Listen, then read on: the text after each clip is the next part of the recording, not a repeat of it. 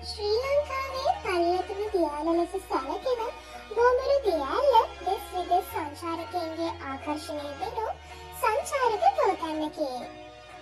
බෝඹුරු ඇල්ල පෙරවැල්ල ඇල්ල යනුවෙන්ද හඳුන්වයි.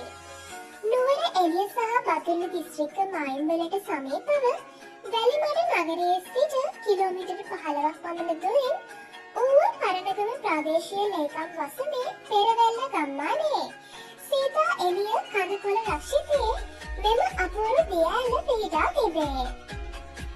බෝඹුරු ඇල්ල නැරඹීමට නම් ඔබට කිලෝමීටර් 3කට ආසන්න ප්‍රමාණයක් පා ගමනේ යා යුතු වෙනවා. ඒ අති දැවැන්ත ගල් මිත්‍රයන් සහ විශාල ගල් පර්වත පිරුණු මිනිස් පාස නොලබන එක් කලාපීය වනාන්තරයක අත්දැකීම් විඳිමින් මෙම දියඇල්ලට බෝඹුරු ඇල්ල ලෙස හැඳින්වීම පිටුපස ඇත්තේද අපූර්ව කතාවකි.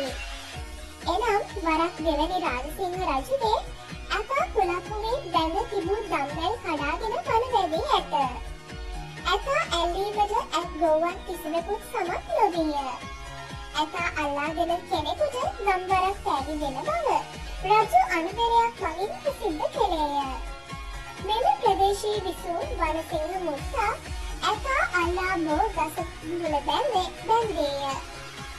ඇතා බැන්දේ බෝමුල නිසා ගමද බෝමුලේ නමින් ව්‍යවහාරයට පත්විය. බෝමුලේ නමින් ව්‍යවහාරයට පත්වනු බෝමුරේ විය. ගම දියුණු වී වැලිමඩ සිට මාර්ගයේ පැමිණාට පසු ගම රටේම ප්‍රසිද්ධ වී යුතුයයි සිතා ඊට දියඇල්ලේ නමද ඇඳුමින් බෝඹුරු ඇල්ල නම ලැබූ බව සඳහන්ය.